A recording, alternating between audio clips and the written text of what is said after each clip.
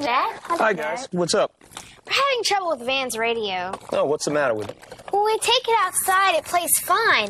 But inside, it's all fuzzy and weird. Well, it could just be the batteries. How old are the batteries, Van? About a year old. Well, that may be doing it. Or you'd say just in the house it gets strange. Well, it could be stuff in the house. You know, a house has a lot of things happening in it. What do you think might be doing it? What do you think, Van? The lights? Could be the lights. Natalie, you got an idea? Has to be the battery. Yeah, I bet it's probably batteries are probably the main cause. What do you think, Olivia? Anything other things in there? I think it's the walls. Yeah, have you ever noticed you move it from room to room sometimes? It changes as you change the wall. Yeah. But what station were you listening to? WBRH. Well, that could be it because, you know, we're right on the edge of BRH's range here. And when you get out far from a radio station, the radio waves don't make it out as well. But I bet if you put the new batteries in, those other problems will probably be taken care of, the lights and the walls, and that might change it and fix it. So you can do it. Try that first. Okay. How does a radio work? You mean how did they get the sound here? Yeah. Well, it's kind of complicated, but if you got a minute, we can talk about it. Radios are kind of fun because they change sound energy to electrical energy, and what has to happen is there has to be this energy transformation going on. And you all know how sound is made, right? What do you need for a sound? Vibrations. Vibrations? Yeah, you got to get something vibrating, something moving. And, you know, I think we could use Buzzy for this. Well, actually, we'll use Buzzy's tank. Let me get him out here. Dan, you want to hold on to him?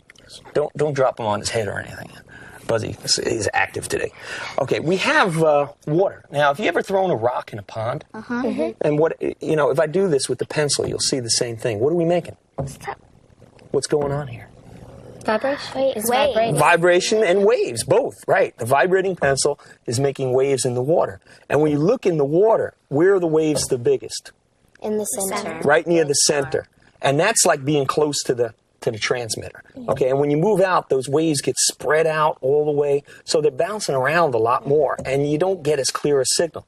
Now, in a radio station, what has to happen is the sound waves from a voice, like a person talking in a microphone or a CD player, the music, has to get transformed into electrical energy first. And I've been using this oscilloscope. I'm working on this cassette player, so we can actually show you what your voice looks like electronically. Why don't you put Buzzy back? He looks like he might...